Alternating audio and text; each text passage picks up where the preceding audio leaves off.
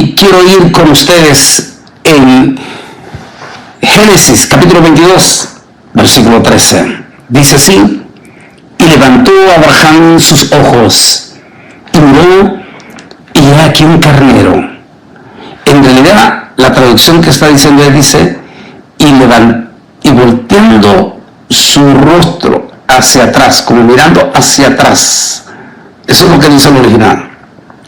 Dice, y levantando Abraham su mirada hacia atrás, alzó sus ojos y miró, y he aquí un carnero estaba detrás de él.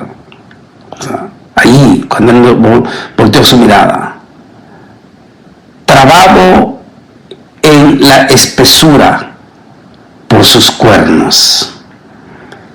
Y fue Abraham y tomó el carnero y lo elevó como olá, ofrenda quemada en lugar de su hijo. Génesis 22, 13.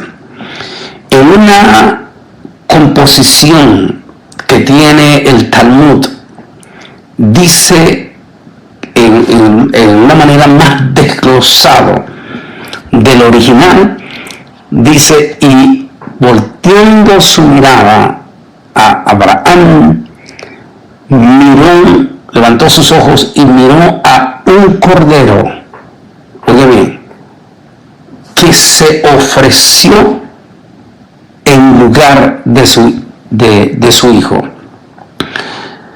Esa sería una de las profundas traducciones que tratan de expresar los que trabajaron en el Talmud y que dicen que por razones sumamente poderosas no se tradujo como era exactamente, porque iba a haber cuestionamiento. Pero bien, por eso el tema que quiero tocar este 15 de febrero con ustedes: el pasado se vuelve futuro. En este hecho precioso e histórico que se cuenta aquí en este pasaje, en esta historia linda del padre Abraham. Abraham, como todos conocemos, el sueño de su vida era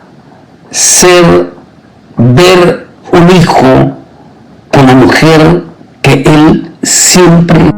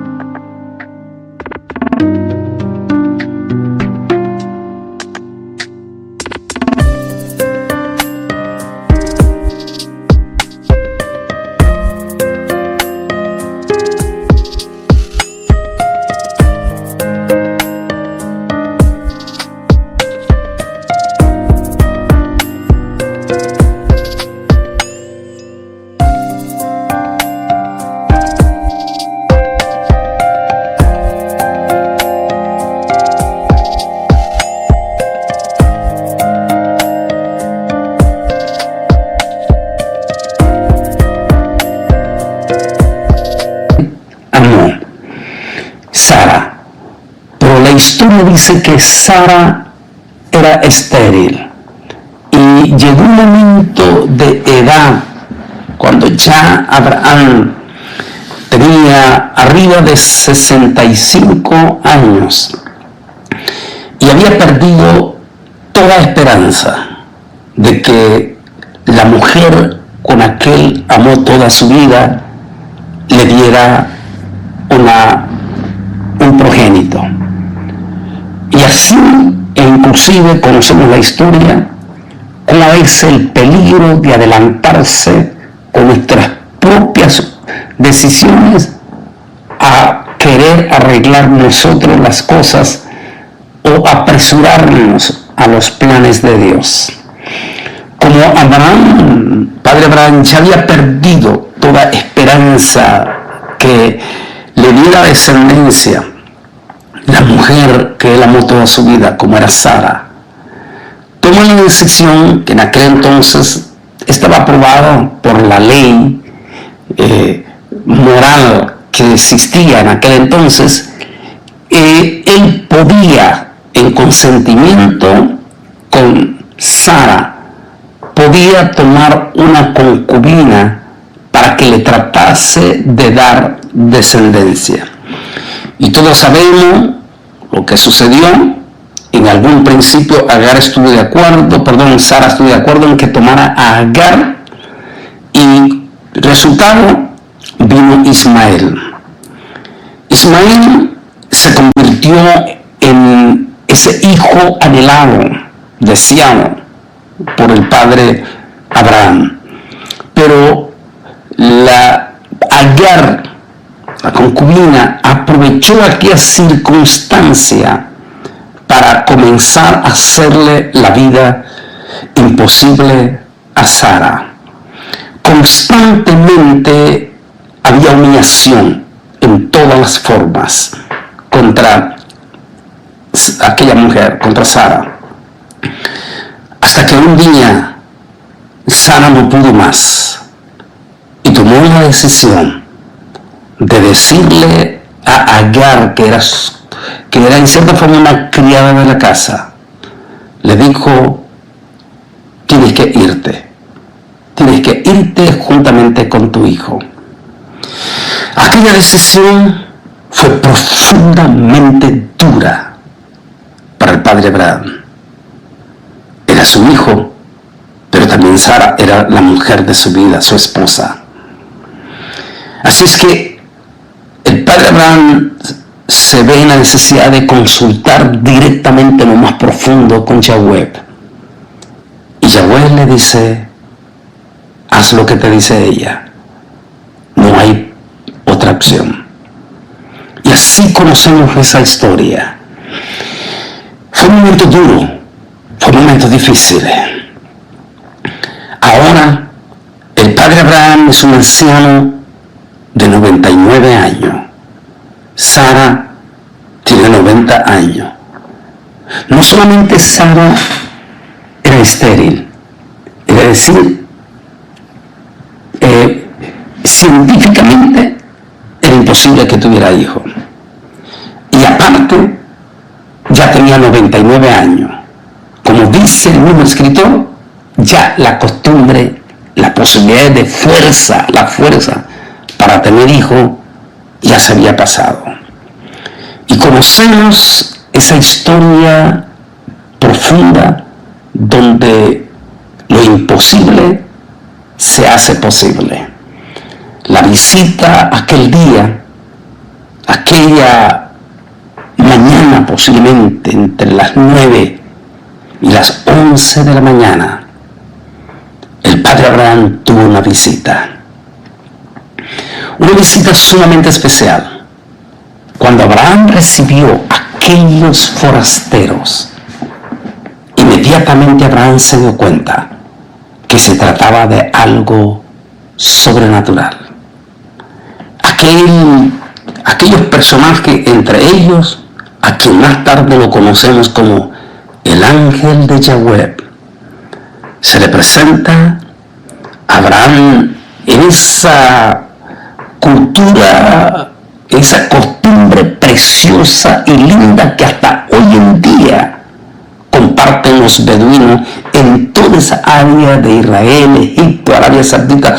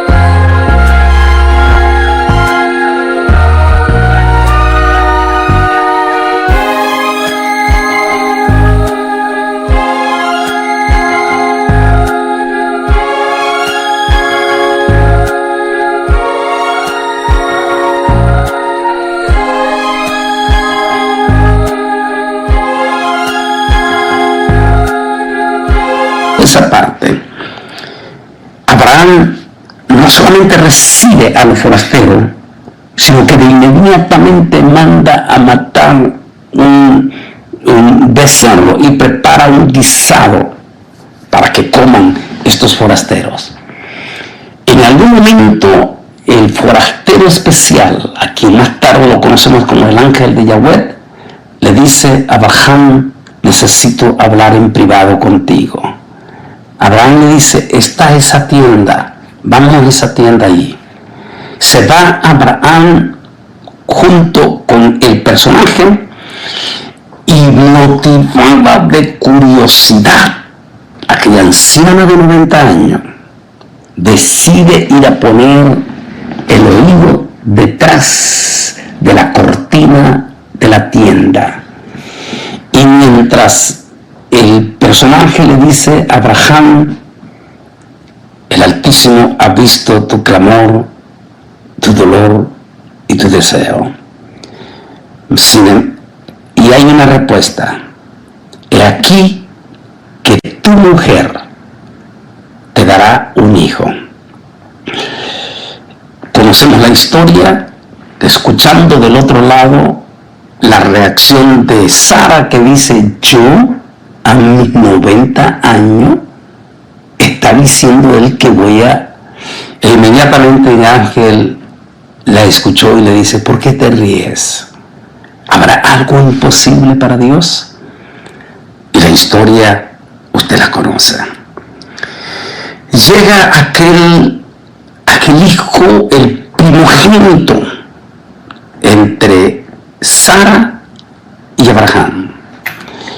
Aquel niño viene a ser la historia más preciosa, el gozo, la alegría de aquel hombre y de aquella mujer. Llega el momento en el que se conoce en el judaísmo como los 13 años, es decir, el momento del bar mitzvah dentro del judaísmo. Ese es el momento en que todo hijo varón es presentado, ofrecido a Yahweh. Y a partir de ese momento, en ese 13 años, a ese niño se le hace total y absolutamente responsable de su propia salvación de allí en adelante.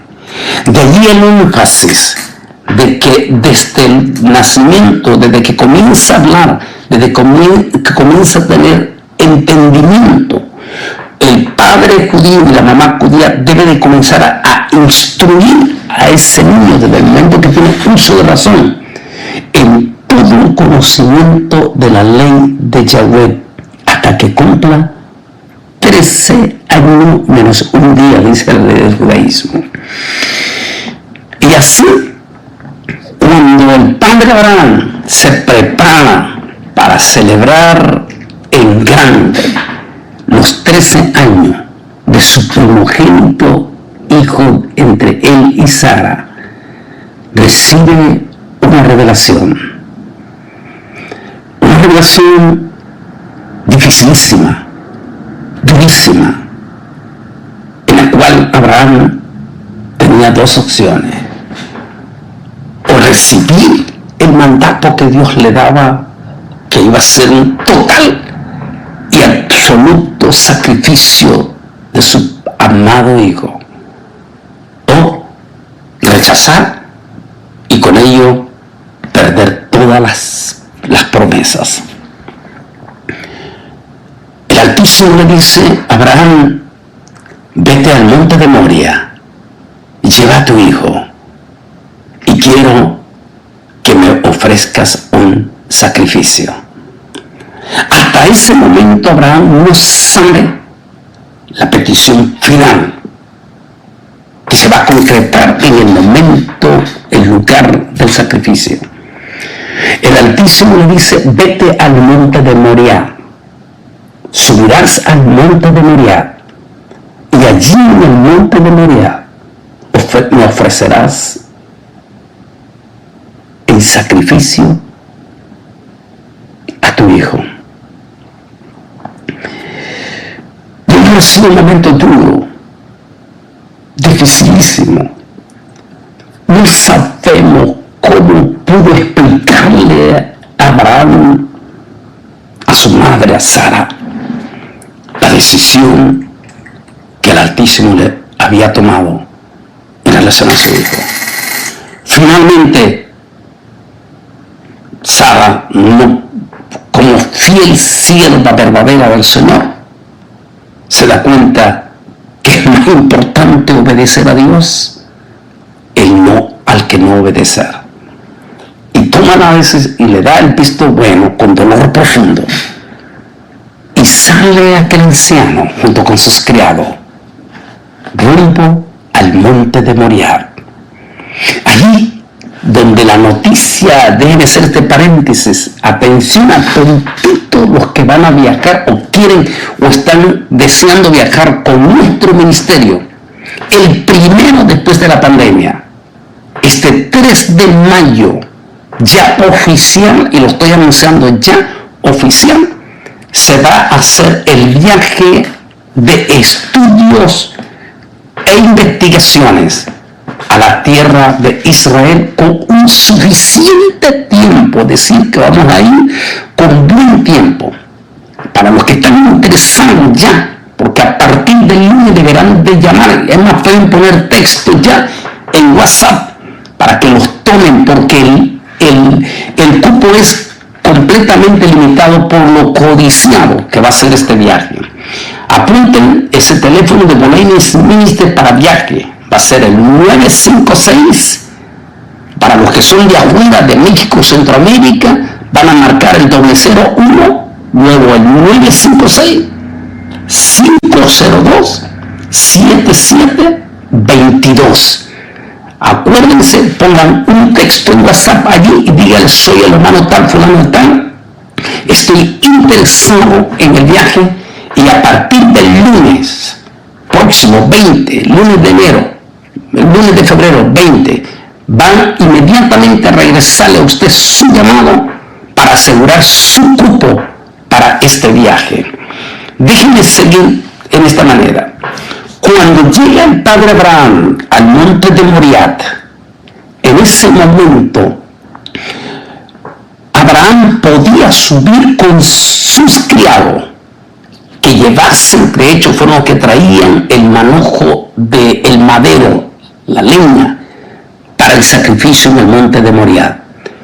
Y la historia dice que en ese momento Abraham le dice a los criados: por favor, ustedes quédense aquí abajo del monte y solo subiré yo y mi hijo, quien llevará sobre sus hombros el madero y subirá conmigo para el sacrificio. Y la pregunta que me trae profundo recuerdo de mi gran amigo que ya está con el Señor, mi gran amigo Tony, que en el 2019 se nos fue, y que nunca olvido cuando allí en el monte de Moriah hablamos y ministramos y hablé de Yeshua Nazareno como el Mesías. No solamente el grupo comenzó a llorar por aquella presencia del Espíritu Santo que tuvimos, sino que nunca olvido cómo Tony lloró, se empapó. Era a un asistente del rabino de la sinagoga de Galilea. Cuando toqué este mismo tema allí, en profundidad, él estaba llorando, empapado en lágrimas. Unos 6 meses después de eso, él partió a la eternidad. Y allí hablábamos con Tony, que ya está con el Señor. En ese momento, Abraham, ¿por qué decide trepar solo al monte de Moriah? ¿Por qué decide no llevar a sus criados? Cuando él es un anciano, su hijo es un muchacho joven. Los criados podían llevar el madero, pero la respuesta rabínica es: Abraham sabía que si sus criados iban con él hasta arriba y al final sus criados iban a ver que el sacrificado iba a ser su propio hijo, era muy probable que los criados iban a intervenir para evitar que su amo Abraham ofreciese en sacrificio a su único hijo. Muy interesante. Eso de demuestra, de hecho voy a hacer este mismo estudio ya con imágenes, ya para YouTube, en imágenes en vivo, en video. Y hubiera sido impactantísimo para el padre Abraham en ese momento tomar esa decisión, pero él sabía que se tenía que cumplir y por lo tanto confiaba en que Dios iba a hacer un milagro, y tan profundo fue su convicción que decidió subir solo con su hijo hasta el monte Moriah. Al estar en el monte Moriah, su hijo en forma inocente le dice: "Pa, ya está listo el altar del sacrificio, ya está el madero, ¿dónde está el cordero?". El padre le dice: "Hijo, tú eres el sacrificio". Debe haber sido durísimo en aquel momento que lo ata y está listo para sacrificarlo. Cuando está listo, de momento escucha una voz a espalda de él.